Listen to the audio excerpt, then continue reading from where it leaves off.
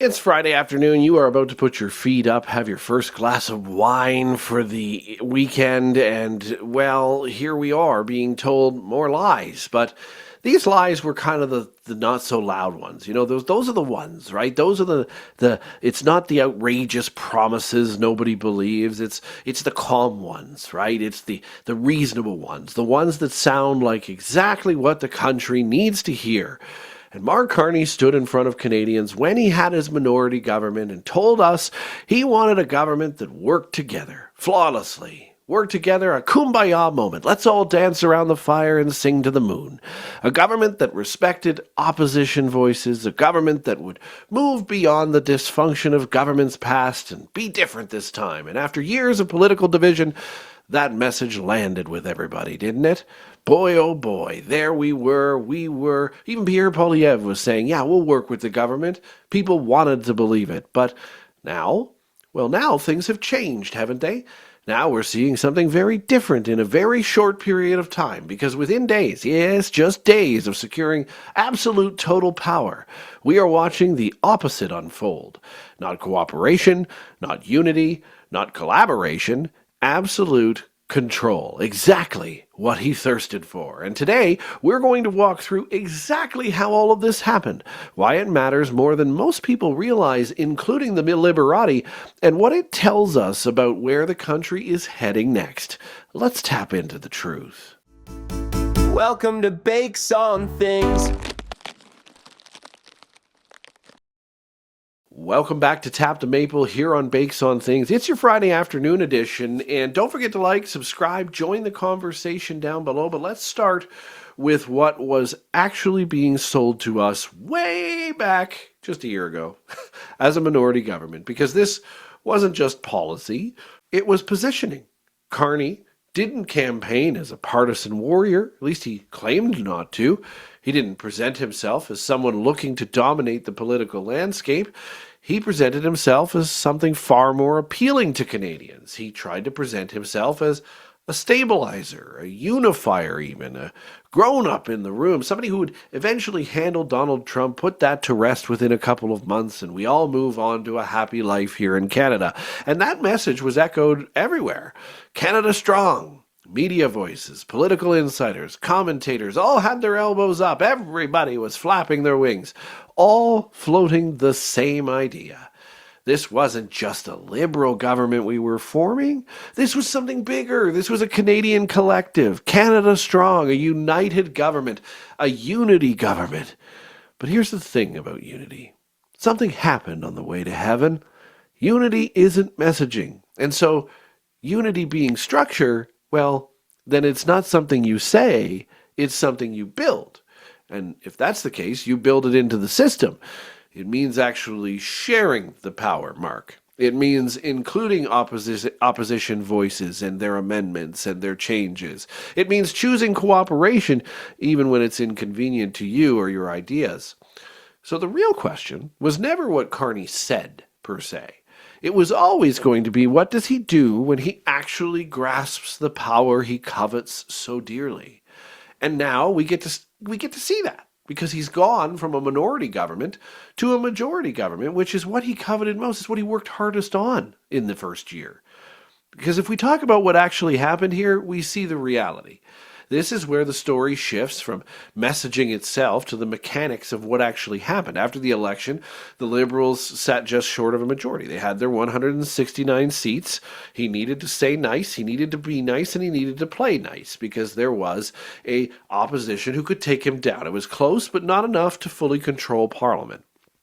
And in that minority situation, something very important, of course, happens that we all know now. You need other people. That's the reality. You need to be able to negotiate. You need to compromise with others. You need to have opposition voices on your side to get anything done. But instead of governing within that system, what Mark Carney did was he signed a whole bunch of false MOUs that mean absolutely nothing, got nothing done, but made it look like something was getting done. And all the while he did that, he changed the system. He was negotiating floor crossings, and MPs followed along to this bribery and started crossing the floor, one after another, from the Conservatives, from the NDP.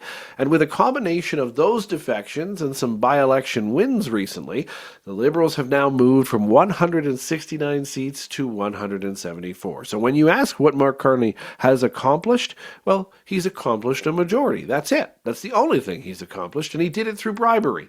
Now, that might sound like just a number. Hey, we've got the number of seats now, but it changes everything for Mark, because a majority government doesn't need permission for anything. It doesn't need any consensus from the opposition. It doesn't even need the opposition to cooperate in any way. And that brings us to the moment where the promise of Mark Carney's unity government that he so dearly sold us on gets a little tested. And boy, oh boy, it didn't take long for it to fail those tests. And that's probably where we need to pause here and take a serious look, because this is kind of critical. If Mark Carney actually wanted unity, he had a real opportunity to prove he wanted unity. He could have left well enough alone. He could have not negotiated with floor crossers. He could have not figured out these by-elections yet or alienated those that were working with him. The Conservatives and the Liberals, they did have some agreement on some issues, some minor agreements on housing, infrastructure, immigration, reducing bureaucracy. There was always a goal that was a little bit common in there. He could have invited Conservatives into a formal collaboration, shared ownership of key legislation, built a visible, functional coalition of style of government. That's what happens, after all, when a country is in suffering. None of this is theoretical. It's happened before. It's happened in this country before. It's happened in other democracies before. When the country is hurting, you come together and you fix it together. That's what unity government actually looks like when you execute on unity government. But instead, no, there was no outreach, not even during the minority government, no shared structure, no real partnership, just strategy, all strategy, because building unity requires sharing the power, and that's not okay with Mark Carney. Mark Carney wants all of the power. He's not going to sit around and take his $300,000 a year job here and give up his $1 million a year job for no power. Power is being consolidated as we speak. He is only taking this job to further his investments and to further his interests. It's the only reason he would take a salary so much lower. But now we get to the part that most Canadians don't see, and that is something that you actually should see, which is the committees themselves. First and foremost, they're great to watch. They're on CPAC and they provide a lot of information. They don't make headlines, though. I get that. They don't trend on social media, not often anyway, but they are where the real work and real accountability tends to happen within our government, and this is where Canadians need to pay a little tighter attention. This is where laws are examined line by line, amendments are introduced, government decisions are investigated. It's where opposition MPs actually have some leverage to help officiate and make change. And historically, that has worked. In fact, historically, the makeup of these committees is negotiated based on the election results themselves. Not manipulated after the fact because you had 5 floor crossers and a couple of by-elections, not restructured through political advantage that you now feel like you have. But unfortunately, that's what we see today. Mark Carney wants to manipulate those after securing a majority, largely through floor crossings and bribery, by the way. But Carney still has signaled plans to change the composition of these committees, despite the suspect way he achieved this majority government. And the reasoning for it? Well, opposition MPs have been showboating. He even called them students in Parliament just to get the message across this week. But let's translate this in Mark Carney speak. Opposition MPs asking hard questions is a no-no. Challenging legislation as they're supposed to is a no-no. Slowing things down when necessary is a no-no. That's now being framed by Mark Carney as a giant, enormous, incredible, insurmountable problem. But the reality is, that's the job of the opposition. This is where we have to understand this serious turn things take here. Understand how our government works, because what we're seeing isn't just a power move now by Mark Carney. It's a reframing of how our democracy works itself. You see, when governments start describing scrutiny as getting in their way, or in his case, obstruction, well, then they, or actually even add to that, when they start calling accountability showboating, as he said, I don't want to miss that point, they're not just criticizing the opposition, they're redefining its role altogether. And why that matters is because the opposition's role is a part of our democracy. Opposition isn't supposed to be just conveniently there. They are supposed to oppose. They are supposed to keep it uncomfortable. They are supposed to keep the government accountable. It's supposed to slow things down, force better decisions to be made, make sure questions are asked and points are covered, expose problems before they ever reach you, the everyday Canadian, and become a disaster. Think $10 a day daycare. And when you weaken that, you don't just make government more efficient, you make it less accountable to you. So yeah, things happen faster. There's your efficiency. But guess what? These things explode in your face, and it's you who pays for it, not Mark Carney. Because at this point, some people might be thinking, well, okay, Chris, but this is political process stuff. Why should I even care about the committees? Well, here's why. Let me give you a really good example, because this is about who is protecting your interests, my friends, when decisions get made in these committees. This is where it happens. This is where the work happens. Every policy that affects your life, every cost of living, every tax, every ability to buy a home, your business, your job, all of that is affected by what happens in these committees. All of it flows through a system that is supposed to include challenge, accountability, and scrutiny. Just because you have majority power doesn't mean you get to just get rid of all of that. Committees are where that happens. That's where someone is supposed to be able to stand up and say, this policy doesn't quite make sense. It may hurt Canadians. This is going to cost us too much, way more than you've budgeted for, and here's why. This is going to hurt Canadians in the end and maybe for generations. Those things come out in committee. Now imagine that system getting weaker than it already is at this point. Not eliminated, because you can't do that, but they can tilt it the liberal way so that fewer amendments pass, fewer, or even are seen for that matter, fewer investigations happen, fewer uncomfortable questions get asked about policies that could be dangerous to you, your children, your grandparents, your parents. And what happens? Well, bad decisions move faster. They plow through Parliament, and mistakes get larger because they weren't ever scrutinized. And the people paying for it? Well, that's not Mark. That's not his MPs. It's not Francois Philippe Champagne or his train-loving wife. It's you. And here's the part most people miss. You don't feel it right away. And that's why you miss it. You feel it later. You feel it in higher costs in 6 months. You feel it in worse services like $10 a day daycare. You feel it in policies that don't seem fixable. How's your dental care going for you?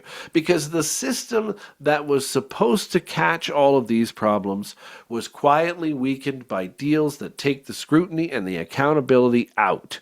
And then the mistakes happen under your watch and to you. And this is the part that should stop you then. This is the part that should make you go, whoa, whoa, whoa, whoa, leave the committees. Because this didn't take months. It didn't take years for him to suggest that he's going to adjust these committees the liberal way. It took days. 2 days. Within days of securing a majority government, he was signaling a reshape of committees. He was using language dismissing the opposition altogether, calling them students. He was making structural moves that reduce scrutiny altogether. That is what unchecked power looks like. When it no longer needs to pretend and refuses to pretend in any way that it's involving you in anything. No, he will make the decisions from here, thank you. No minority constraints, no need for cooperation, no incentive to include opposing voices. Just execution of what I want done, as long as it protects Brookfield and all of my other investments in the United States, as long as it makes sense to my family when I go to my next role after this term is done. Mark Carney didn't build a unity government, my friends. He never intended to. He built a majority. That's what he spent his time on. The MOUs were a smokescreen, and now he's building a system where the majority of faces are going to look liberal. That's the reality. And the question Canadians need to ask themselves is very simple here. So all this time, he was signing MOUs? All this time, it meant nothing? He was just working on floor crossers? If this is what can happen in just 72 hours, what happens over the next 3 years. Because democracy doesn't collapse overnight, but it does erode, and it erodes quickly. It can erode very quietly to the point where you didn't notice that happening until it's done.